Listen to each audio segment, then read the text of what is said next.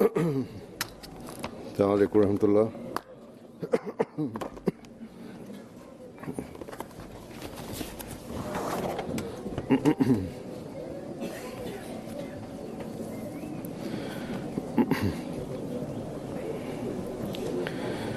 أشهد أن لا إله إلا الله وحده لا شريك له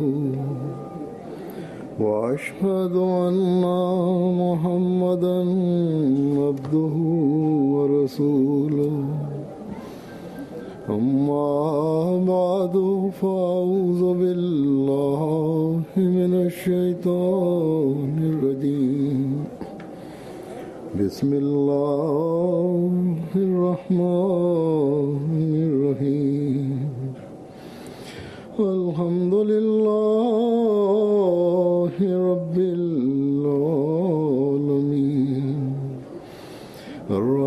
الرحمن الرحيم مالك يوم الدين إياك نعبد وإياك نستعين اهدنا الصراط المستقيم صراط الذين أنعمت عليهم غير المغضوب عليهم ولا الضالين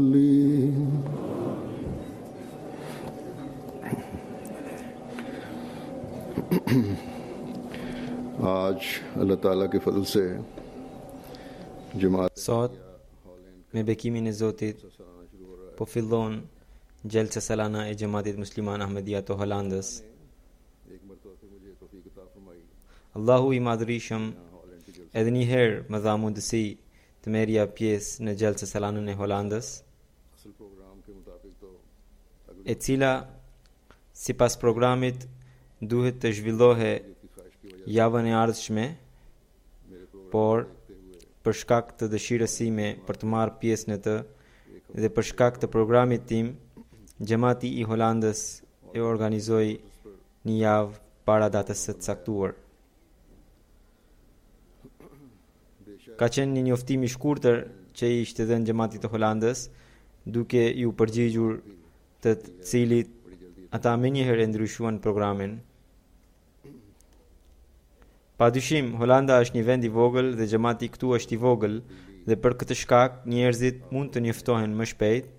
Megjithatë, ndryshimin e programit ju e keni bërë me shumë zemër hapur dhe pa asnjë shqetësim.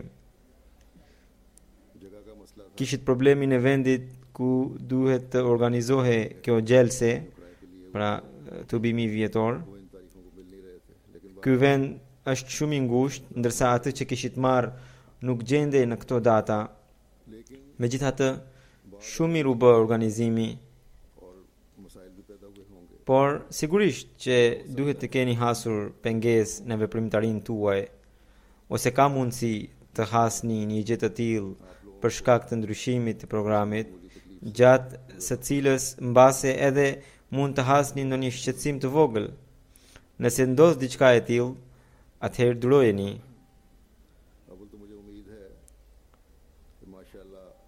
Por jam i bindur që vullnetarët do të bëjnë gjithçka për rehatin e mysafirëve në botë, qoftë në xhamatet e vogla apo në ato të mëdha, me bekimin e Zotit të Madhërisëm.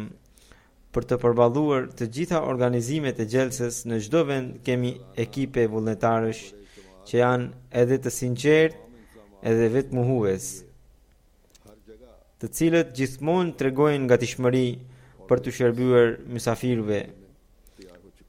E sidomos mysafirët që vinë për gjelse salanën, pra për tubimin vjetor, pra duke qenë mysafir të Mesiut të premtuar alayhis salam, vullnetarët tanë atyre u shërbejnë me një vetmuhim akoma më të madhe. बुलाने पर आने वाले मेहमान हों। Zoti I mundësoft të gjithë vullnetarët बड़े बेनफ्स होकर të bëjnë këtë shërbim në mënyrë vetë mohuese edhe tani, तमाम कारकुनान को si dhe në të ardhmen, आइंदा भी dhe gjithashtu इस बेनफ्स खिदमत की u shpërbleft me të mirat. जाए और उन्हें बेहतरीन Dhe nëse u mbetet ndonjë mangësi, और अगर कहीं atëherë Zoti t'u ambuloje gabimet पर्दापोशी फरमाए और मेहमानों को शामिलीन जलसा को भी Gjithashtu, mysafirët बजाय në vend të gjejnë gabime को देखने në organizimin, जलसा सालाना में le të kenë parasysh qëllimin e pjesëmarrjes së tyre në këtë gjelse, सालाना की që ka treguar vetë Mesihu I premtuar alayhis salam. जो हज़रत मसीह मौद Dhe qëllimi I gjelsës खुद बयान është pikrisht edhe qëllimi I bejtit. और ये गरज वही है Pas bejtit, pra pas beslidhjes për t'u antarësuar në këtë xhamat, duke u angazhuar në punët materiale, nganjëherë njeriu दुनियावी धंधों में पड़ përgjithsisht harron qëllimin e vërtetë të krijimit të tij. इसलिए अल्लाह ताला ने बार बार नसीहत Për këtë arsye, Allahu I Madhërisht e quajti të nevojshme उस शख्स को जिसके दिल में e quajti të nevojshëm këshillimin e her pas hershëm, sepse nga kjo përfiton çdo kush që ka besim në zemrën e tij. Allahu I Madhërisht thot: "Fa inna dhikra tanfa'u al-mu'minin." Padyshim, këshilla u bën dobi besimtarve. याद दहानी करवा Prandaj, edhe kjo gjelse mbahet për të këshilluar dhe për të rikujtuar gjërat. Për këtë arsye, ajo mbahet në vendet e ndryshme të botës. कि इस जमाने के इमाम की बैत में आकर Gjelsat mbahen për t'i kujtuar besimtarët që pasi kanë hyrë në xhamatin e Imam Mehdiut, gjithmonë të kenë parasysh premtimin e bejtit të tyre. याद की वजह से Nëse për shkak të angazhimeve të kësaj bote तो अब नए सिरे से ju keni harruar diçka, atëherë gjatë gjelsës, duke dëgjuar këshillat, fjalimet dhe predikimet, तारीफ सुनकर t'i riktheheni përsëri reformimit shpirtëror, अपनी दीनी हालतों की तरफ तवज्जो करो। duke kaluar bashk pak kohë अगर अच्छे të shkëmbeni vlerat e njëri tjetrit मिलने की नेकियां dhe t'i largoni të këqijat की कोशिश करो nga vetja. और बुराइयों को दूर करो।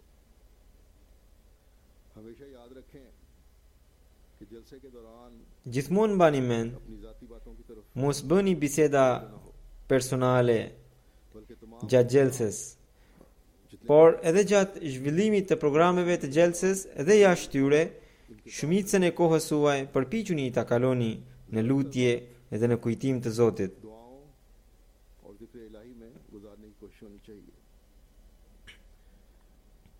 ये सोचना Duhet të keni चाहिए angazhimin कि हम इस që रूहानी माहौल में në këtë ambient shpirtëror ju keni për ta rifreskuar premtimin e bejtit që keni bërë. अहद बैत की तजदीद कर रहे हैं ताकि हमारे Në mënyrë ईमान që besimi juaj मजबूत से të forcohet gjithnjë e më shumë, ताकि हम në mënyrë që ne të përparojmë në takua मकसद हासिल करने की edhe më shumë, हज़रत मसीह मौद dhe për të arritur këtë qëllim, इरशाद को हमेशा gjithmonë të kemi parasysh këshillën e Mesihut të premtuar alayhis salam, तमाम मुखलिसीन ku ai thotë: मुखलिसीन दाखिल "Të gjithë të sinqertët që kanë bërë bejt në dorën time, के बैत करने le të kuptojnë që qëllimi i bejtit është që t'ju ftohet dashuria ndaj botës materiale, वसल्लम की मोहब्बत दिल पर ndërsa dashuria e Allahut, और ऐसी हालत pra ndërsa dashuria ndaj Allahut dhe ndaj të dërguarit të Allahut sallallahu alaihi wasallam t'ju sundojë zemrat edhe ju të shkëputeni nga kjo botë në atë mënyrë që udhëtimi juaj drejt ahiretit इस माया të mos ju duket e vështirë. जरिया होना चाहिए। दीन को दुनिया पर Pra, ne të gjithë duhet të kemi parasysh që kjo gjelse për ne duhet të shërbejë si mjet për të arritur këtë nivel. Dashurinë tonë ndaj fesë duhet ta mprehim edhe më shumë përmes kësaj gjelse. Dashuria ndaj Allahut dhe ndaj të dërguarit të Allahut sallallahu alaihi wasallam mund t'i mbizotrojnë dashuritë e tjera që gjenden në zemrat tona vetëm atëherë kur ne të dimë se çfarë në kërkon Zoti i neve. कि अल्लाह ताला और उसका Çfarë në kërkon i dërguari i tij neve. बल्कि इन बातों पर Pastaj इन बातों को इल्म में लाकर edhe nuk është e mjaftueshme që ne vetëm të kemi dijeni se Allahu dhe i dërguari i tij çfarë kërkojnë nga ne. Por duhet चाहिए मुस्तकिल që ti praktikojmë ato gjëra pasi i kemi ditur. और जब इन बातों पर अमल होगा तो तभी वो हालत पैदा Duhet që të angazhohemi plotësisht në arritjen e këtij qëllimi. मकरूह मालूम ना हो। Kur ne do të veprojmë në këtë mënyrë, एक ना एक दिन हर इंसान ने इस दुनिया से जाना है। vetëm atëherë do të fitojmë gjendjen ku udhëtimi drejt ahiretit nuk do të na duket i vështirë. और उसकी मोहब्बत Çdo njeri do të largohet nga kjo botë, दुनिया से जाएंगे। por lum ata ndër ne që do të kenë me vete dashurinë dhe pëlqimin e Zotit kur të largohen nga kjo botë për t'ju paraqitur Zotit. नेकियों पर चलने Prandaj, का çdo kush nga ne duhet të ketë parasysh që vullneti për të bërë vepra të mira dhe për t'u larguar nga të këqijat mund të lindë vetëm atëherë kur ne kemi besim të plot që një ditë do t'i paraqitemi Zotit, para të cilit ne do të japim llogari për veprat tona. वहाँ मैं अपने अमाल के बारे में पूछा जाऊंगा। Allahu i Madhrishëm thot në Kur'anin famlar: या अय्युहल्लज़ीना आमनु तक़ुल्लाह वल तंजुर Ya ayyuhalladhina amanu Ya ayyuhalladhina amanu taqullaha wal tanzur nafsum ma qaddamat lighad wattaqullah innallaha khabirun bima ta'malun. और चाहिए O besimtar, kini takwa ndaj Zotit. पर नजर रखे Çdo njeri le të shikojë se çfarë ka përgatitur për të nesërmen. Kini frikë Allahut, sepse ai di çdo gjë që bëni ju. इससे खूब बाखबर।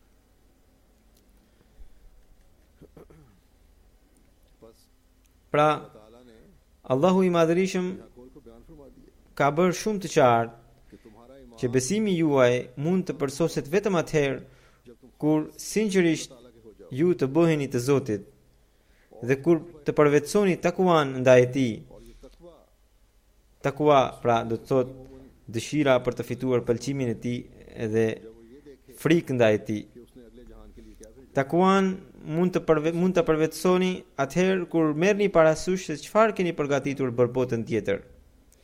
Si jeni përpjekur për ahiretin? दुनिया के लिए तो इंसान Për këtë botë njeriu mundohet shumë, से मुलाजमतों की तलाश mundohet për punë, për pasuri, mundohet për t'u dhënë fëmijëve arsim dhe për shumë gjëra të tjera materiale, ai përpiqet dhe urvatet. दुनियावी तालीम के लिए फिक्रमंदी के साथ कोशिश करता है।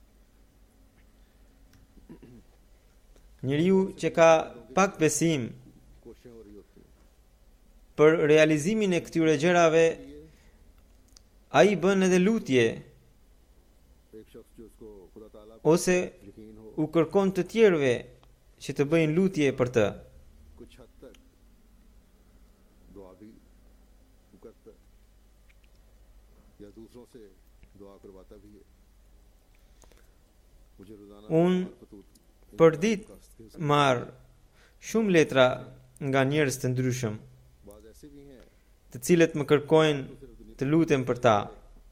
कामों में पड़े रहते हैं। Disa prej tyre janë edhe të tillë që vetë janë të zhytur në punët materiale, तो जल्दी जल्दी टकरे ndoshta as nuk falen 5 vakte, लेकिन दुआ के dhe edhe sikur të falen, bëjnë बड़ी दर्दनाक shkele shko. खत लिख रहे होते हैं।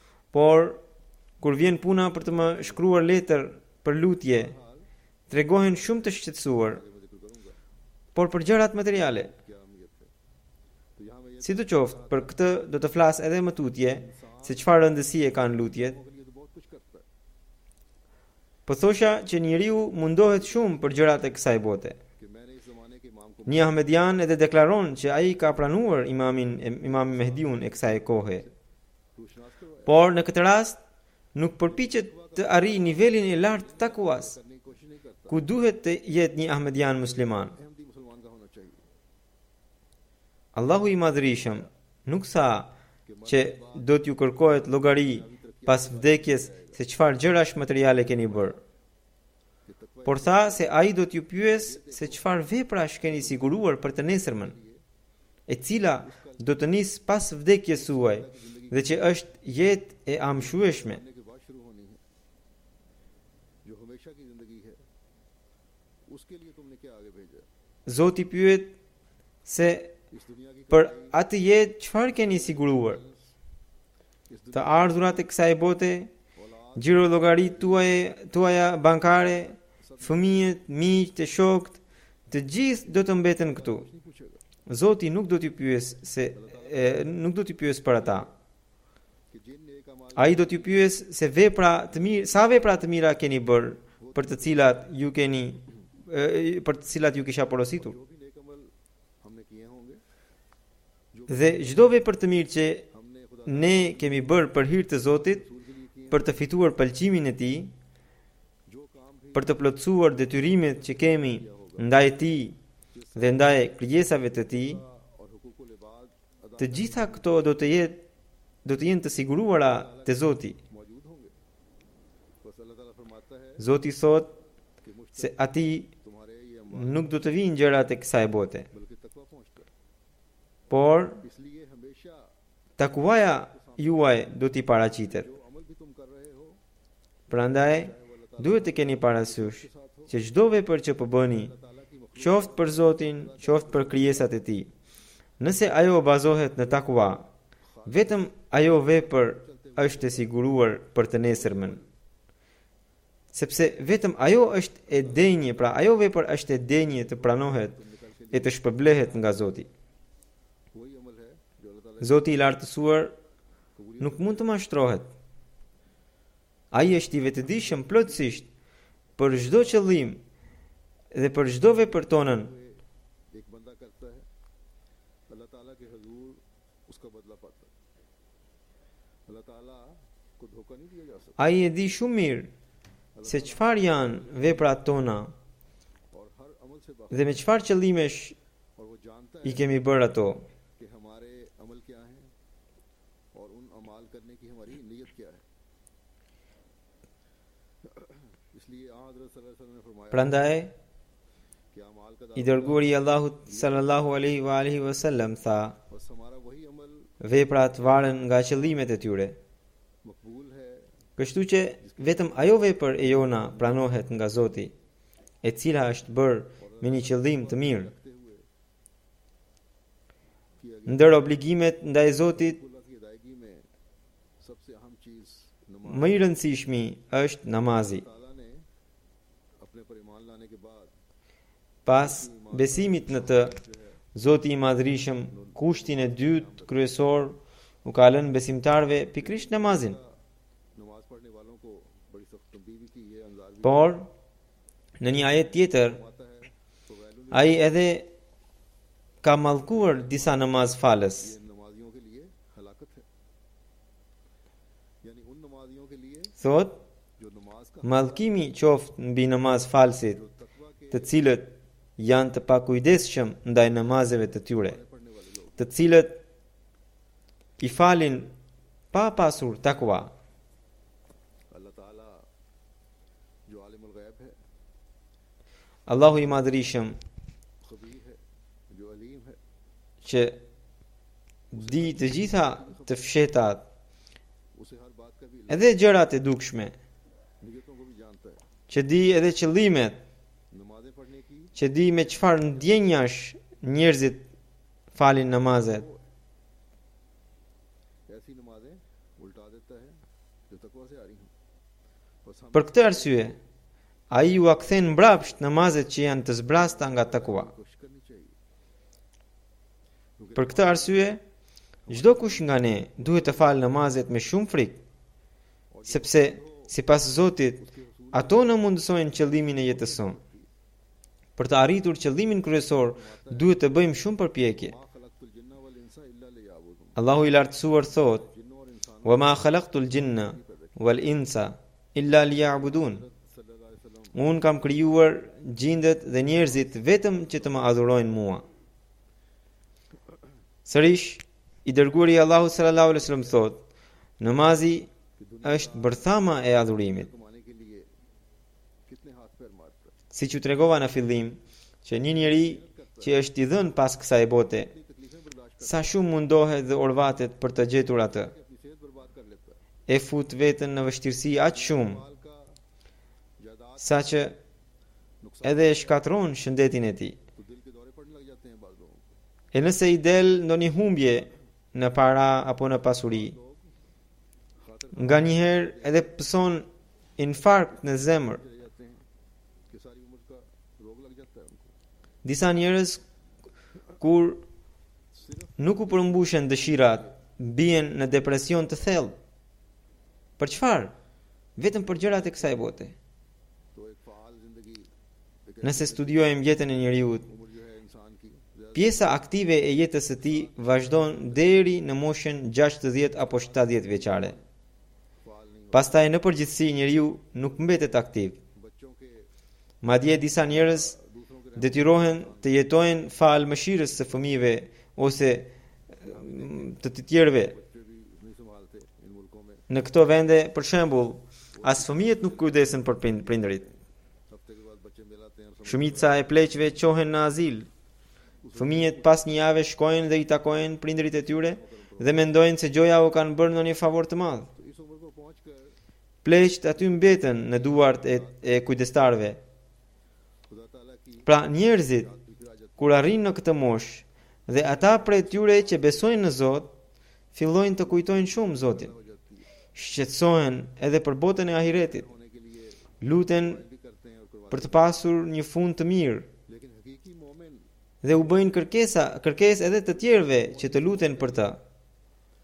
Por besimtari i vërtet është ai që shqetësohet për fundin e tij të mirë shumë më përpara se sa t'i vi kjo kohë. Dhe përpiqet sinqerisht për të arritur qëllimin kryesor dhe themelor të jetës së tij, që mundohet të përmbush obligimet e adhurimit, kënaqësitë dhe dritat verbuse të kësaj bote nuk e pengojnë atë nga adhurimi dhe nga namazet.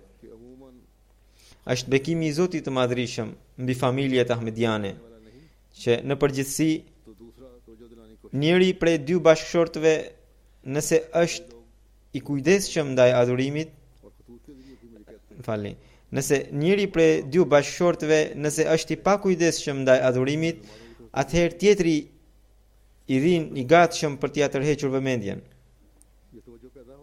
Disa njerëz gjatë takimeve ose në letërkëmbimet e tyre më tregojnë duke thënë: "Lutuni për burrin apo për gruan time, sepse ai ose ajo nuk është e kujdesshme ndaj namazeve.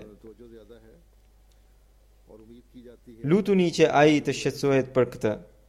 Në përgjithësi gratë më ankohen për këtë." Kjo nëse në njërin anë është e kënaqshme, sepse gratë në përgjithësi janë të kujdesshme ndaj namazeve të tyre dhe nga angazhimi i tyre shpresohet që edhe fëmijët e tyre të trashëgojnë këtë gjë nga nënat.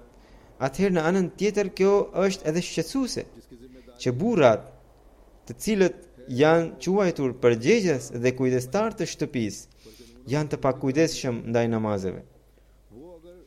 Duke qenë përgjegjësit e shtëpisë, për burrat është e obligueshme të bëhen model për anëtarët e familjes së tyre. Nëse ata nuk përpiqen për të arritur qëllimin e jetës së tyre, atëherë çfarë do të trashëgojnë fëmijët nga ata? Kështu ndodh pikërisht. Kur rriten fëmijët dhe shikojnë nëse babai nuk falet, atëherë edhe kur u thot nëna, ata thonë: "Pse të falemi ne?" Namazi, nga që është bërthama e adhurimit, duhet të falet patjetër.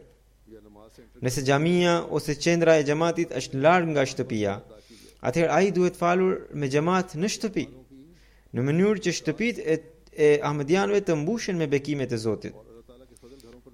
Në Islam, burrat janë urdhëruar në veçanti për të falur namazin me xhamat. Kjo do të thotë vetëm përveç rasteve të jashtëzakonshme, namazet duhet të falen me xhamat.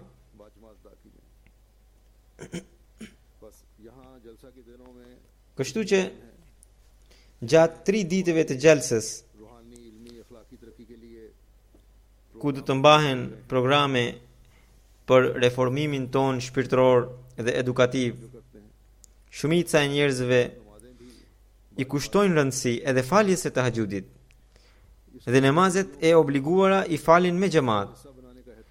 Këto praktika duhet i bëni pjesë të jetës suaj. Vetëm atëherë do të jeni duke i kushtuar rëndësi nivelit të lartë të takuas. Dhe vetëm atëherë do të jeni ndër ata që përpiqen për të arritur qëllimin e kësaj gjelse. Duke nisur gjelsa salanën, Mesihu i premtuar alayhis salam e theksoi pikrisht arritjen e takuas, duke thënë se ajo është qëllimi kryesor i gjelsës. Hazrat Mesihu i premtuar alayhis salam thot: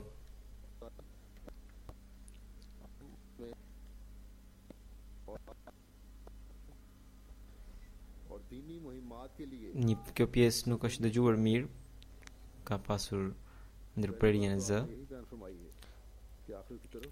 Pra, Mesihu i premtuar alayhis salam thot: ju duhet të angazhoheni në veprimet fetare. Hazuri sqaron: gjëja e parë që tha Mesihu i premtuar alayhis salam është që të shqetësoheni për ahiretin. Këtë e gjejmë edhe në Kur'an, në ajetin që thot: çfarë keni siguruar për të nesërmen? Më shumë shqetësoheni për ahiretin se sa për të gjendje mund të arrihet vetëm atëherë kur të keni takua, kur do të përmbusheni detyrimet ndaj Zotit.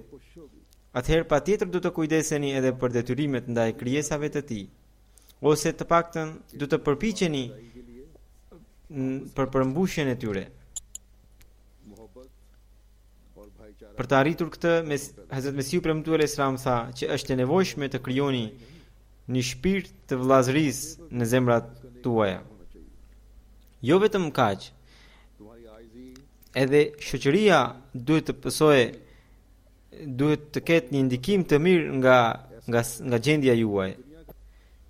Përulësia juaj, vetmuhimi juaj dhe takuaja juaj duhet të jetë e tillë që të tjerët ju dallojnë nga këto cilësi dhe të thonë se këta janë ahmedian dhe janë ndryshe nga të tjerët.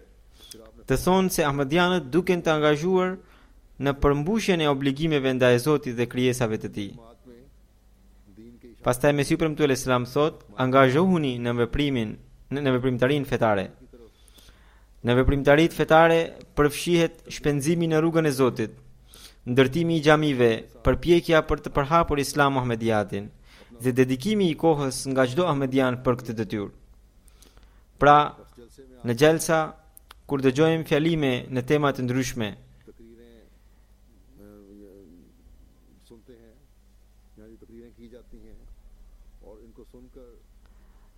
dhe duke dëgjuar ato,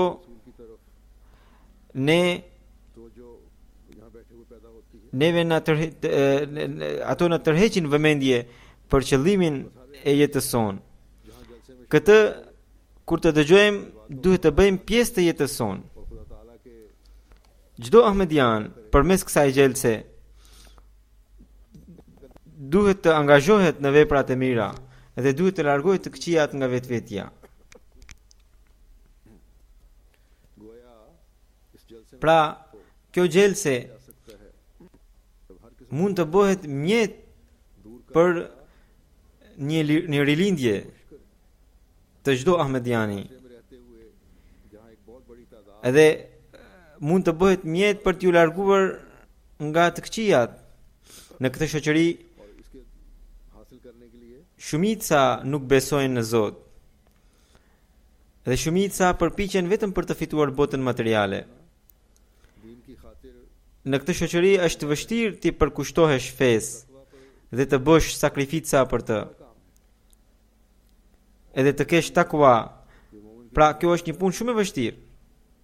Shumë njerëz asimilohen në kënaqësitë materiale të kësaj shoqërie. emigrantët që vinë zakonisht kur shikojnë këtë shoqëri fitojnë një kompleks inferioriteti dhe mendojnë se nëse nuk do të asimilohen me këta, do të mbeten mbrapa dhe mendojnë se këtu është sekreti i përparimit të tyre. Ti përkushtoheni botës. Ndërsa kjo nuk është e vërtet. Madje, kështu ata do të shkatërrohen. Zoti thot në Kur'an, Fattaqullaha ya ulil albab la'allakum tuflihun. Në këtë ajet, Zoti ata i quajti të suksesshëm që përvetsojnë takwa. Madje tha që njerëzit me mend janë ata që nuk mendojnë gjithçka vetëm dëshirat materiale, por janë ata që japin përparësi fesë ndaj botës.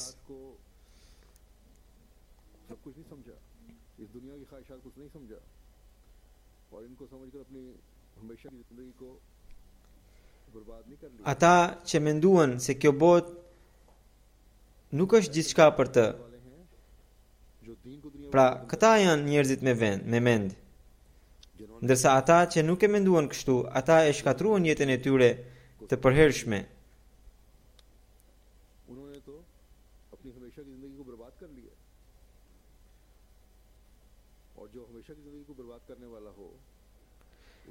Dhe ata që shkatrojnë jetën e tyre të përhershme, si mund të quhen njerëzit me mend? Prandaj,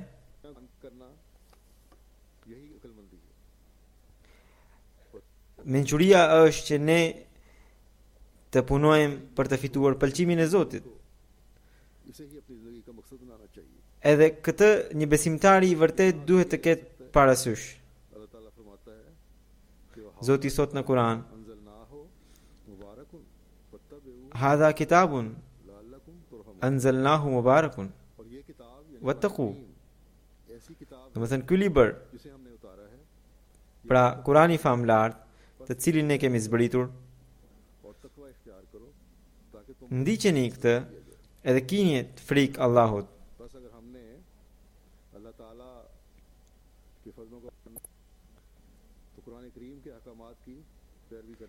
Pra, nëse ne dëshirojmë të fitojmë pëlqimin e Zotit, atëherë duhet të zbatojmë porositë e Kuranit.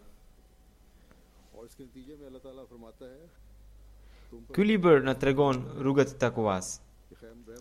Zoti thot se si rezultat Zoti do të vazhdojë t'ju tregojë mëshirë. Fjala këtu është mubarakan dhe barakat do të thot bekim i vazhdueshëm që do të shtohet gjithnjë më shumë.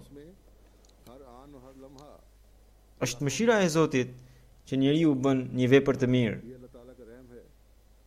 Dhe është rahmanieti i tij që i cili thot që do t'i shtojë shpërblimin. Kur njeriu bën një vepër të mirë, do t'i shtojë shpërblimin deri në 700 fish. Dhe nuk mbetet vetëm këtu. Pastaj Zoti ja mundson veprat e tjera të mira. Shikoni se sa shumë shpërblimi merr besimtari.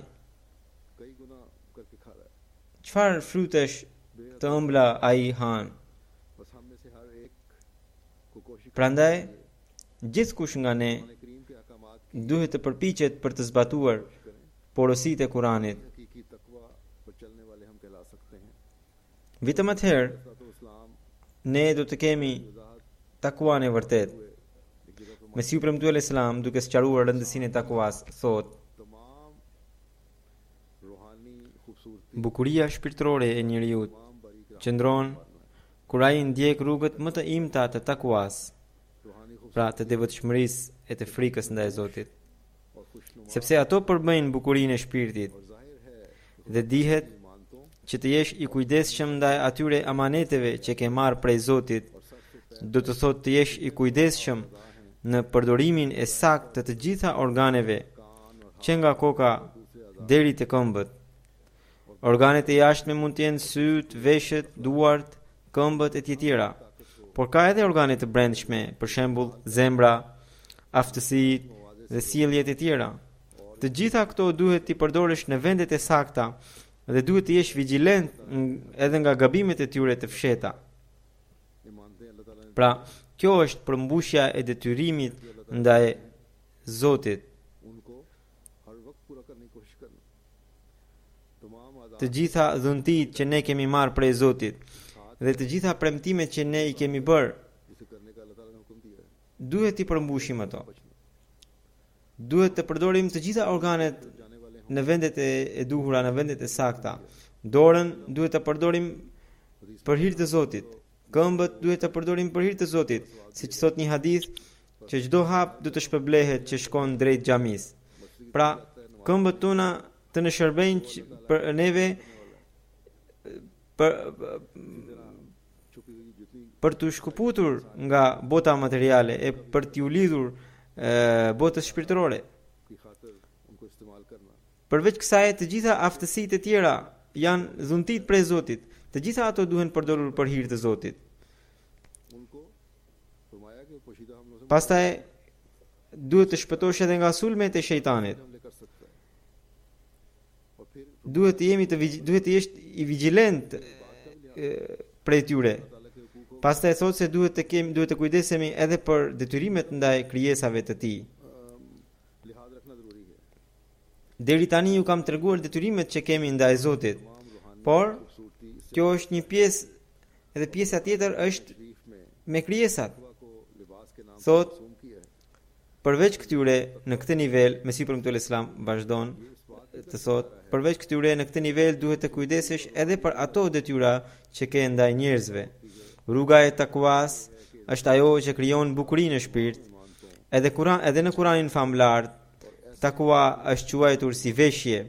Kështu që libasut takua, domethënë veshja e takuas, janë fjalët e Kur'anit të Madhërisëm. Kjo tregon që takua është ajo që zbukuron shpirtin. Dhe takuaja është që njeriu të plotësojë të gjitha porositë dhe premtimet e Zotit, po ashtu edhe amanetet dhe premtimet që ka bërë me krijesat e Tij.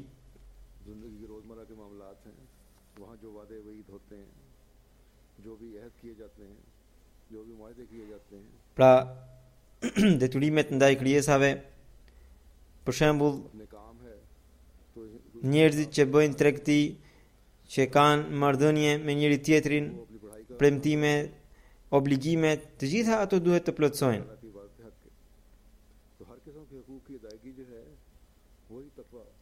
Përveç adhurimit të Zotit, duhet të kujdesemi edhe për këto gjëra. Vetëm atëherë mund të quhemi njerëzit me takua.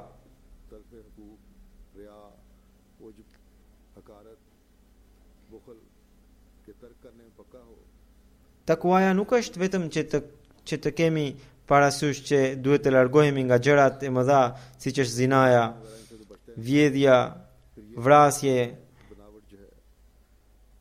Këto janë gjëra të thjeshta. Patjetër që njeriu duhet të ruhet nga këto gjëra.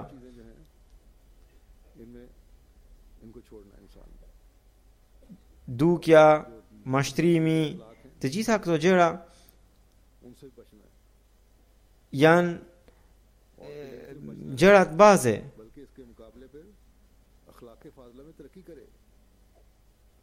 Takuaja është ajo që njeriu të kujdeset për rrugët e imta, për gjërat e imta. Edhe ndaj Zotit, edhe ndaj njerëzve. Duhet që njeriu të tregohet besnik ndaj Zotit, Mesihu premtuar Islam thot, duhet që njeriu të tregohet besnik ndaj Zotit dhe të kërkojë rastet ku mund të bëjë shërbime të pëlqyera të Zotit. Domethënë, për të përmbushur detyrimet ndaj Zotit, ti bëj shërbime të tilla fesë të Tij që janë shumë madhore dhe që janë të lëvdueshme edhe nga Zoti. Thot Mesihu premtuar Islam, nga këto gjëra njeriu mund të fitojë takua. ata që i kanë këto gjëra në të vërtet janë me takua. Do me thënë, nëse dikush ka nga një cilësi, atëherë ai nuk mund të quhet njeri me takua. Ka shumë cilësi, vepra, sjellje. Dhe nëse dikush ka vetëm disa prej tyre, atëherë ai nuk mund të quhet njeri me takua të plot. Takuan e plot do të ketë vetëm ai që i përfshin të gjitha këto virtyte. Pra, ka nevojë që njerëzit të heqin dorë nga gjërat e ulta dhe të marrin gjërat e larta, duke përvetësuar çdo virtyt madhor. Vetëm atëherë ata do të kenë takua. Mesiu premtuar Islam vijon, nëse njeriu ka vetëm disa virtyte, atëherë ai nuk mund të quhet njeri me takua. Të gjitha virtytet ai duhet të ketë në një nivel të lartë. Pikërisht për këta njerëz Kurani thot: La khaufun alehim wala hum yahzanun. Zoti vetë bëhet kujdestar i njerëzve të tillë. Do të thënë, njerëzit e këtij niveli nuk do të kenë as frikë, as nuk do të pikollohen, sepse Zoti i Madhërisëm bëhet kujdestar i tyre. Pastaj thot, siç Allahu thot, wa huwa yatawalla salihin. Do të thënë, ai bëhet miku i tyre.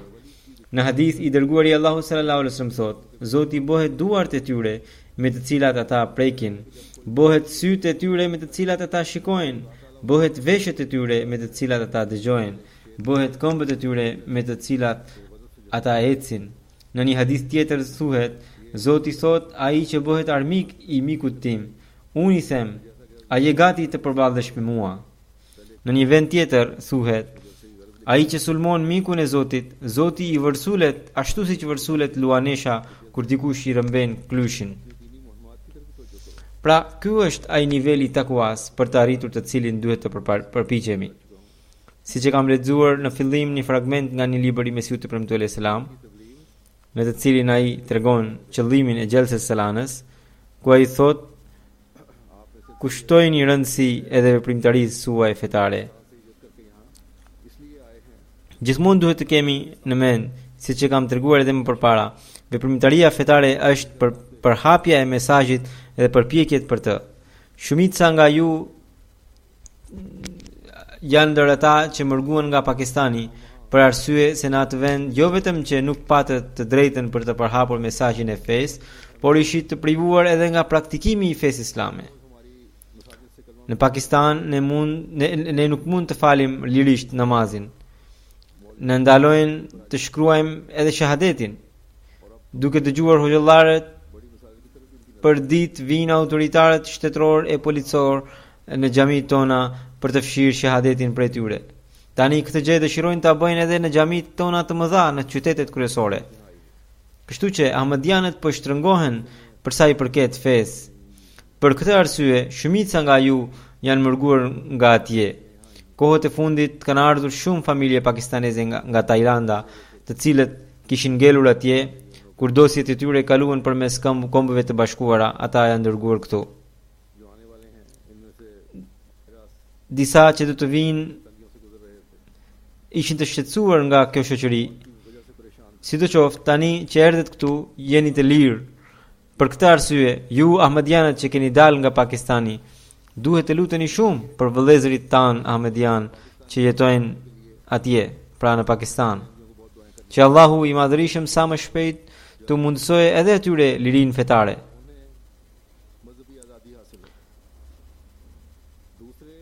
Së dyti, një përgjegjësi shumë të madhe që kanë ahmedianët që jetojnë jashtë Pakistanit, sipas fjalëve të Mesiut të premtuar Islam, ata duhet të dalin përpara për veprimtaritë fetare. Holanda është një vend i vogël. Një politikan i këtij vendi u përpoq shumë për ta njollosur fenë islame. Nëse ahmedianët e këtij vendi me një plan të caktuar dhe me vazhdimsi do të zgjeronin veprimtaritë e përhapjes së mesazhit, atëherë deri në një masë të madhe mund ta evitonin fushatën negative kundër fesë islame.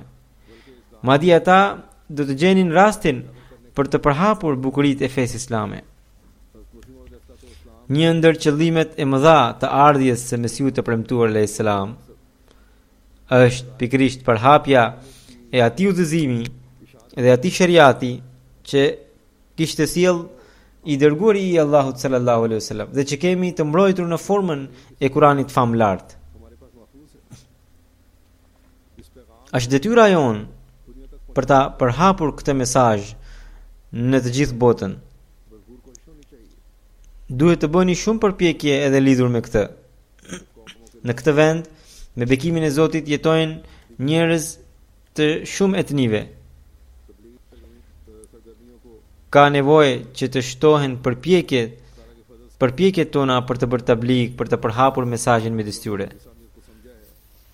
Me bekimin e Zotit, në çdo vend ku ahmedianët kanë kuptuar rëndësinë e këtij mesazhi dhe duke u bërë ndihmës i vërtet të Mesiut të premtuar alayhis salam, ndihmtar i vërtet të Mesiut të premtuar alayhis salam, dhe duke u bërë dorë e fortë e kalifatit, zgjeruan përpjekjet për përhapjen e mesazhit, atje shumë njerëz të sinqert po i afrohen këtij xhamati dhe e përqafojnë këtë. Dhe kjo po bëhet në një numër shumë të madh. Disa njerëz thonë se shumica e njerëzve të këtij vendi nuk interesohen për fen. Në fakt, kështu është gjendja në pjesën më të madhe të Evropës, madje në të gjitha vendet perëndimore, në të gjithë botën e krishtere. Kështu është gjendja. Jo vetëm kaq, edhe muslimanët kanë mbetur vetëm me emër, të cilët nuk u intereson fare feja. Nuk e kanë atë besim në Zot që duhet ta kishin. Po të ndoste kështu, po të kishin besim, atëherë gjitha këto krime makabre që po bojnë hoxhallarët nuk do të ndodhnin. Pra ahmedianët e këtij vendi thonë se njerëzit e këtij vendi nuk janë të interesuar për fen, nuk besojnë në Zot. Unë them se detyra jonë është edhe kjo, që të krijojmë besimin në Zot në zemrat e tyre. Siç Allahu thotë, ndiqni Kuranin dhe keni takua. Nëse ne me të vërtet do të bëhemi ndjekës të këtij libri të përsosur, edhe të përvetsojmë takuan, edhe nga çdo vepër e jona të pasqyrohet mësimi i pastër i fesë islame. Atëherë, edhe inshallah taala, edhe Zoti i Madhërisëm do të ndryshojë gjendjen, do të na ndihmojë. Pra, ka nevojë që të ndjekim këtë mesim.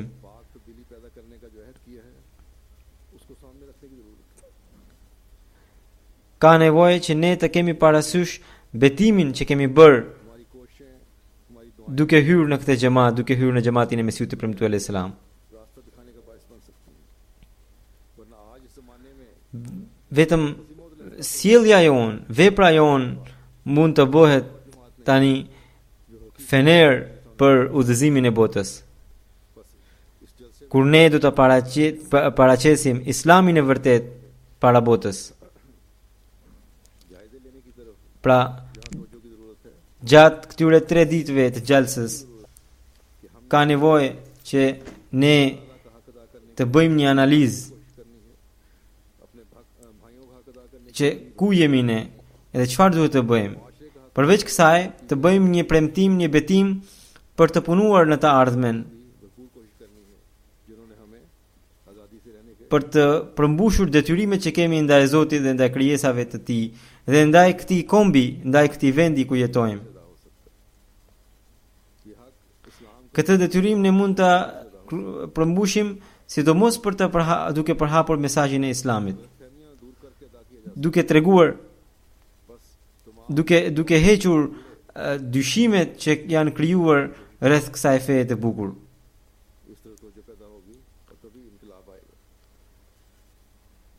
Pra, përpiquni për këto gjëra, vetëm atëherë do të vijë një revolucion. Shumë nga punët që njeriu nuk arrin të bëjë, atëherë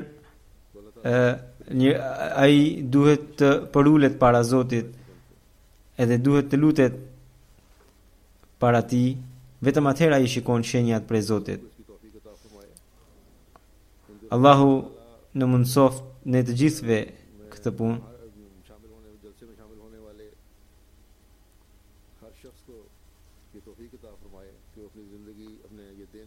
Allahu mundsoft të gjithë pjesëmarrësit e kësaj gjelse që ata të kalojnë këtë kohë në një kalojnë këtë kohë pranë Zotit duke fituar pëlqimin e tij. Sot pas xumas do të udhëheq një gjenaze me mungesë. Një Ahmedian i sinqert Nasir Sahib nga Pakistani ndroi jetë në moshën 74 vjeçare.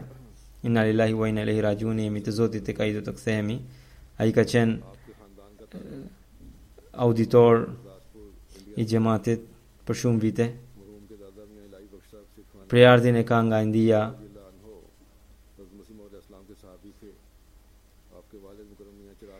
Gjyshi i tij ishte një ndër shokët e Mesihut të premtuar alayhis salam. Edhe ata ishin mërguar nga atje në Pakistan. Nasir Sahibi mësimet e para i kreu në Indi, pastaj vazhdoi në Pakistan, maturën e bëri në Pakistan. Punoi me përkushtim të madh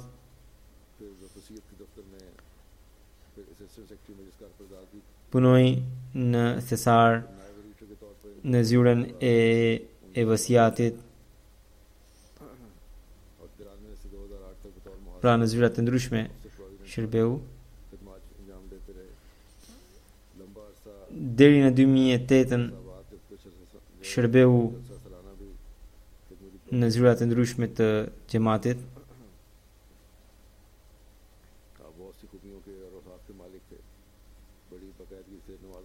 Ai kishte shumë cilësi dhe shumë virtyte. E kam parë vetë se sa i përkushtuar ishte, gjithmonë falte namazin e tahajjudit. Ishte shumë mikpritës, shumë i sjellshëm, i dashur. Kujtesën i kishte shumë të fortë. Mësoi shumë djemve atje në lagjen e tij Kur'anin. Gjatë jetës së tij ka paguar gjitha kontributet pra e vasiatit. Zoti e mëshiroft edhe i lartësoft në xhenet.